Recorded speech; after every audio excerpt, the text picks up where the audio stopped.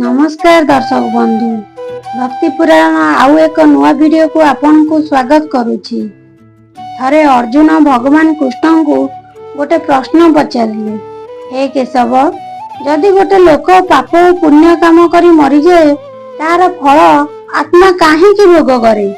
कृष्ण हसिकी कहिले, हे पार्थ, मनुष्य आत्म शांति और शारीरिक सुख पाई मन द्वारा कर्म करिथाए।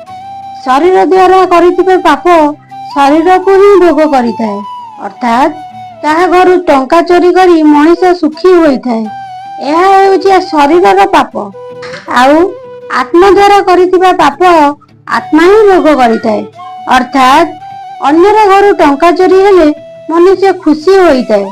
एहा हेउछि आत्मार पाप।